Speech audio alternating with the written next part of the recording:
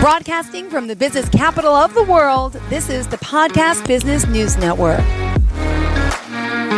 Ecstatic to be here with Dr. Gaddis. He's a licensed clinical psychologist and clinical neuropsychologist, and we have a lot to talk about. We're excited to speak with him. He's based out of Harrisonburg, Virginia, and he's been helping so many people, providing, clinical psychological care for everyone. So first and foremost, welcome to the show. How are you today? I'm fine, Jill. Great. How are you? I'm doing well. Thank you so much. First and foremost, would you mind introducing yourself to our listeners, please? Okay. Well, I'm Dr. Audie Gaddis. Got my PhDs in clinical psychology and neuropsychology. I currently, at this stage in my life, see people via telehealth. So I don't do as much of the neuropsychology as I used to when it came as it relates to doing testing and assessments. What I do is I've integrated that into what's called neuropsychotherapy, so people have an idea of what's going on with their brains when they're, especially if they're processing new information that often comes up in therapy sessions. Thank you for that. And how can we reach you? Let's just share, before we get to your background, and obviously we're going to talk about that, and of course the work that you're doing and the people you're able to help. How can we connect with you? Well, my phone number, my business phone number is 540-560-2501. I can be phoned and texted at that number. And then my email is Dr. Gaddis, DrGaddis, all one word, at, and it's a complicated website name, so at Psy, Connect, all one word, mypsyconnect.com. Perfect. And that's spelled mypsyconnect.com. Thank you so much for sharing this. And I know you offer comprehensive psychological psychotherapy services online, as you mentioned, via telehealth. But I really would like to find a little bit more about you before we do begin. So would you mind just sharing a little bit about your background, where you grew up, what brought you into this field? And we'll talk a little bit about your work and then the research in loneliness. There's a lot to get to. Yeah. What got me into this work? Wow.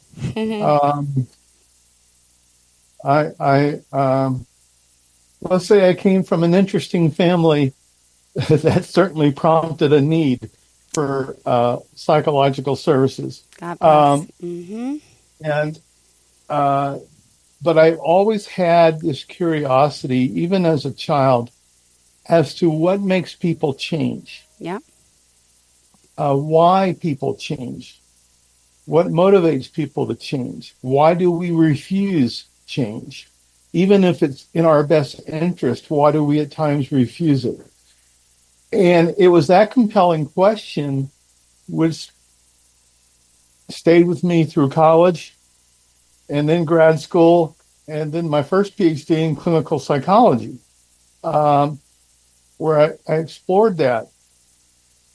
That didn't totally satisfy me, so I got involved in neuropsychology because I wanted to see what's specifically happening organically in the brain when we're looking at that topic of change. And the reason why it's so important to me, because psychotherapy, which is thankfully much more popular these days, but that implies change. If we go on a diet, we're making a change. And sometimes knowing why we change, knowing how we change, will help ensure a better outcome to what we're trying to achieve. And that's what got me. I have lived in, my practice has taken me all over the country. And I eventually settled in Harrisonburg, Virginia. which I've made it very clear to my family. This is where I'll be until the day I die. You'll have to drag me out because I'm not leaving Harrisonburg. It's a small, rural Virginia town. And after living in Manhattan twice, after living in Washington, this is great. I just love where I live. So that's really about me. I'm married. I have 3 children from a previous marriage. 3 wonderful children. One of whom decided to go on and get his PhD in abstract algebra, which don't ever ask me to explain that. I don't have a clue what it is. But he does very well with it. And my other children, they have their own careers that they're doing very well at. Proud, very proud, Dad, as you should be. That's amazing. Well, thank you so much for sharing this. And, you also mentioned in your notes, which I want to talk a little bit about, you mentioned loneliness. Could you share? Actually, I changed that. I keep researching and working on loneliness. And in my research, I hit one of the main causes of it. And that's what I've been working on. And I've worked on it over 30 years. But the correlation between loneliness and anxiety, especially social anxiety, but really any anxiety at all, is what's causing us to shut down and shut out our close friends and family. And it is a leading cause of suicide among seniors. A leading cause, not the leading cause. It is a major contributor to mental health or mental illness. You're lonely, you're at a high risk for mental illness. If you're not lonely, you're at a high risk of living longer and staving off dementia. So it's amazing what socialization does and how it helps us better manage our anxiety, which gets in the way and causes us to be lonely. And just, Jill, if you had to define anxiety, how would you define it? Honestly, I feel like I know I have anxiety. How do I describe it? It's this feeling where, like, I'm feeling nervous right now thinking about it, right?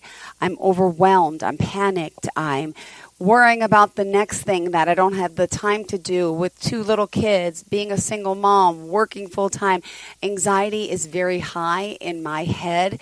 It runs in my family. I feel like I can never get everything done. And my mind keeps running like I'm a hamster on the wheel.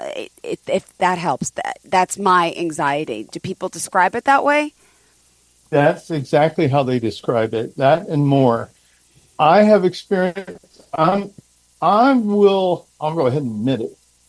In March, I will turn 67.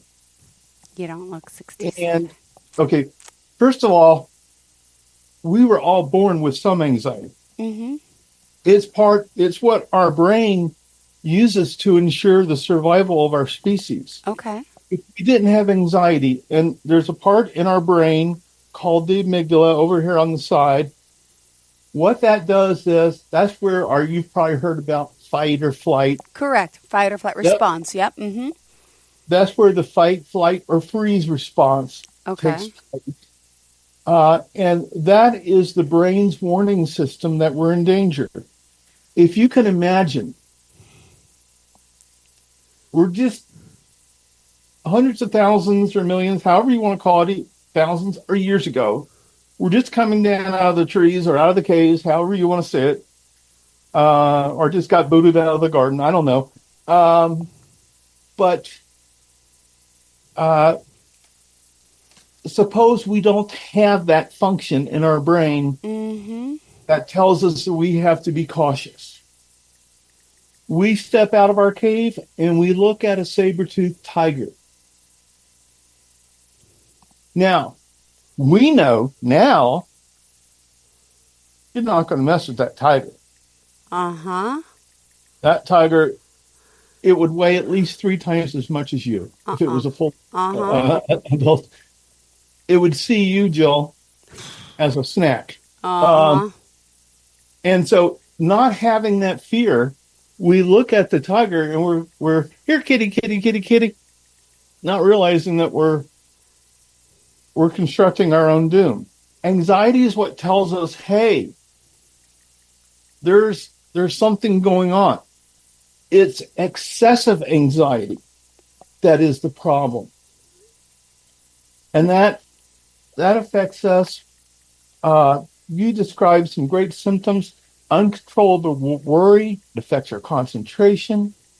We get very nervous. It increases our heart rate, sleep problems. We just don't enjoy life. We're tense. Our stomach's upset. And for me, I could relate to you talking about anxiety. Yeah. Because I can remember my first panic attack at age 4. Oh. And it sticks out to me because, well, when I was so young and just dealing with anxiety and going through life. And of course, my parents, I come from Appalachia. So my parents had no idea what was going on, other than I was a nervous kid, is what they said. I was a nervous kid. It has, over the years, and I started seriously working on it once I got into college, and I have it at a manageable level. It never goes away, and I hate the feeling. I don't know how you feel about the feelings of anxiety. I hate the physical feelings. Me too. One of the things it causes is chest pain for me. Now, I've had 2 heart attacks. And so my doctor, a visit last year, he was like, now, Audie, if you have any chest pain, be sure to go to the hospital. Uh-huh. I looked at him and I said, are you kidding? I said, look at the chart. It says I have an anxiety disorder. That anxiety is what causes my chest pains. It's not heart attack chest pains. It causes chest pains. I said, if I go to the ER every time my chest hurts, I'll have to move in. Yeah. And the ER personnel will hate me for that. So it has physical manifestations. It's amazing what it does to our brain. Can I ask how you cope? Because I know you're not my doctor. Maybe you don't give medical advice, but I was told by my general doctor to try taking Lexapro, escitalopram, 20 milligrams. That does nothing. I'm still hyper and anxious. I don't know what that's for. Maybe I got the wrong drug. I don't know. Well, with those medications, the SSRIs, the SNRIs, such as Lexapro, they work for a lot of people, but for a lot of people, they don't. Mm-hmm. They don't do anything for me. Same here. God right. Bless. So what I've learned to do is I made necessary lifestyle changes. I don't drink, but when I did drink, I didn't drink to excess. Mm-hmm. I worked a lot on relaxation skills and meditation, which did more to save me than any of the others. I also did therapy, but I'll say that between therapy sessions, it was the medication. It was the meditation that did it. Because medication just doesn't do well with me. So I've worked, I have my clients, I tell them we're going to build an invisible toolkit that you're going to have attached to your side at all times. And there's going to be several things. There's going to be breath work. There's going to be imagery. Yeah. There's going to be progressive relaxation. There's going to be a number of things that we just want to lower it a little bit. If you rank anxiety like on a 0 to 10 scale, 10 being a panic attack, 0 being none. Okay. I hover on an average day around 5 on that. Yeah. if it gets 6 or 7, I am intervening on myself. Yeah. I'm doing things that will bring it back down. And that's all I want to do. I just want to bring it back down to a manageable level because we're going to have anxiety. It's controlling it. It's managing it. Mm-hmm. That is what has to happen. I've had people tell me that they have no anxiety at all. Oh. And I ask them the question, I said, one, either you're dead. Are you dead? Or you have a pulse. You're breathing. Uh-huh. And then the next question I ask, why are you afraid to tell me the truth? I said, everybody on the planet has some form of anxiety or another. Yeah. It varies in degree of severity. Mm-hmm. I don't know if you've experienced panic attacks. Yeah, I've had a few.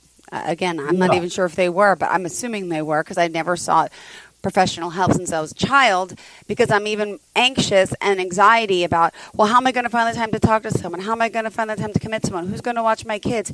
How it gives me anxiety to think about the help that I need and how I'm going to get it. And in my head, I keep saying, I just need the kids away. I'm an amazing mother. I love my boys, but I'm with them 24/7. There's no every other weekend. There's none of that. So I'm always anxious. I can't get my chores done, my things done around the house. I'm always feeling so exhausted. There's no, I can't relax. I can't meditate. How am I going to add more time to my schedule to start talking to someone about my problems? Well, thank you for letting me share that. But yeah. We're going to award you the poster child of anxiety for the week. Thank you. And I do that with my clients. If a client is having exceptional anxiety, I'll tell them in a compassionate way, I'll say, well, you win. I say, you're the poster child for anxiety this week. And I say, we have to work on this. All of that, you can bring down the levels of all that. That's entirely possible.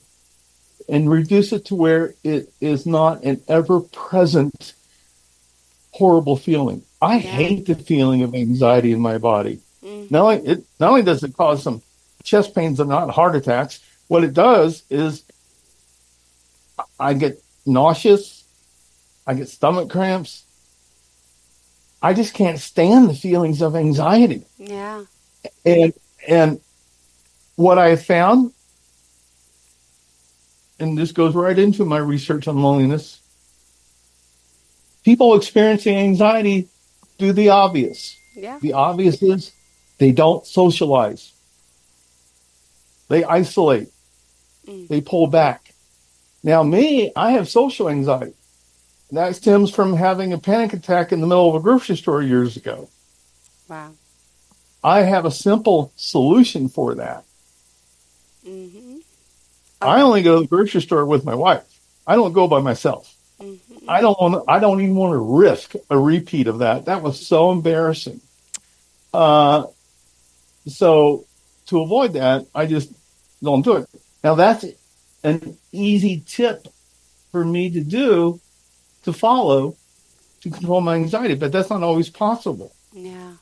Yeah. I was almost panicking about this session today. Wow. See, that's one thing. I do this for a living. I could talk to anyone and I enjoy it and I love meeting new people.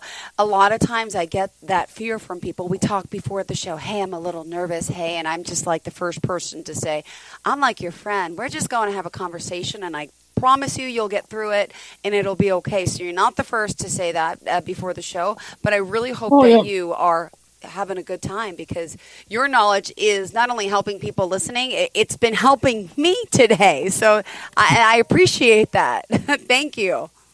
You're welcome. Here's one more reason why people need to manage their anxiety. And if they can't manage it on their own, that's why they should be contacting me. And that is, I have diagnosed literally thousands of people with dementia. You don't want dementia.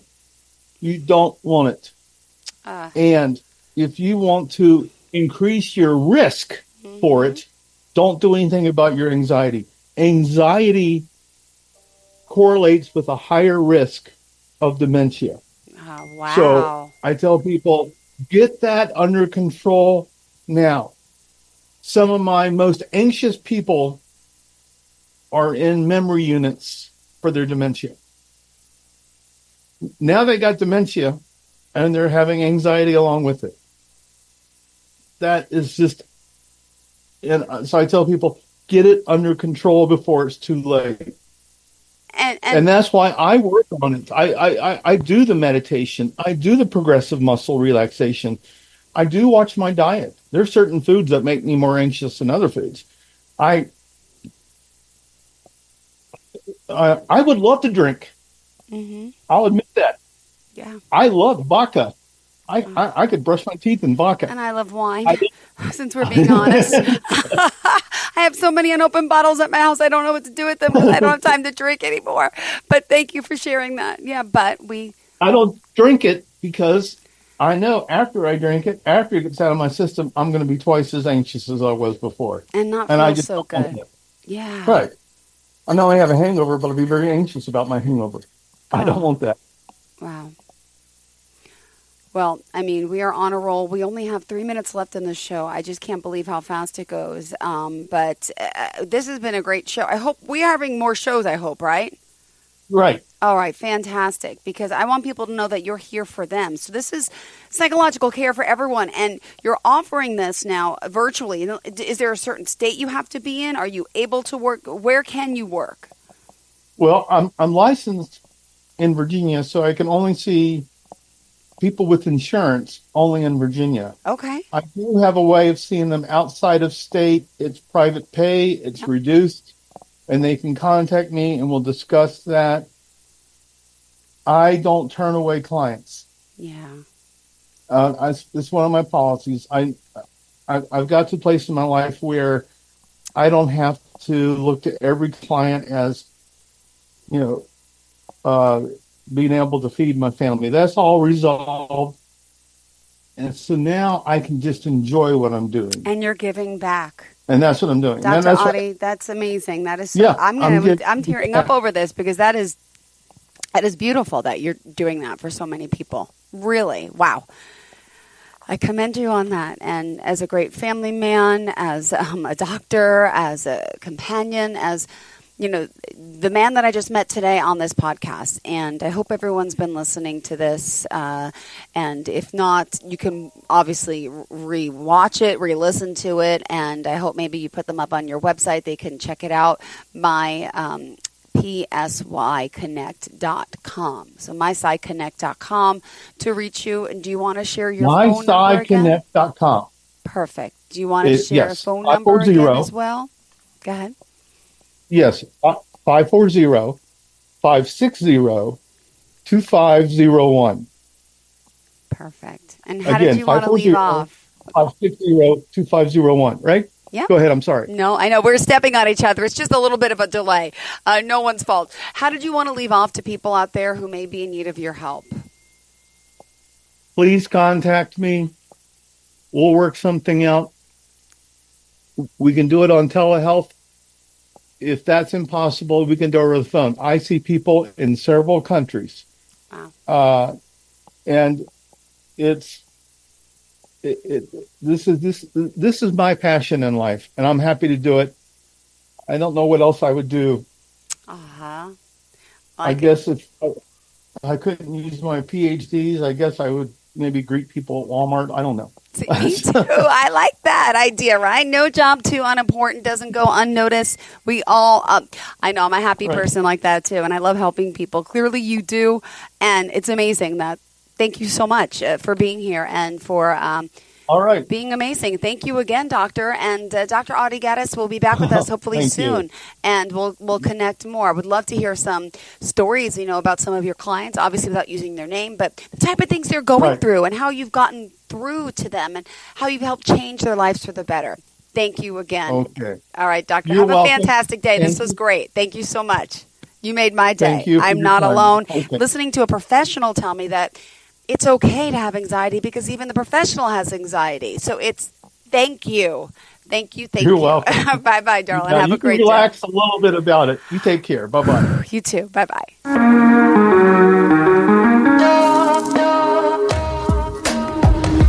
Broadcasting from the business capital of the world, this is the Podcast Business News Network. Adopt US Kids presents Multiple Choice Parenting. Your daughter just had her first breakup. Do you A, put yourself in her shoes? How could he do this to you? And for Sheila, she has split ends.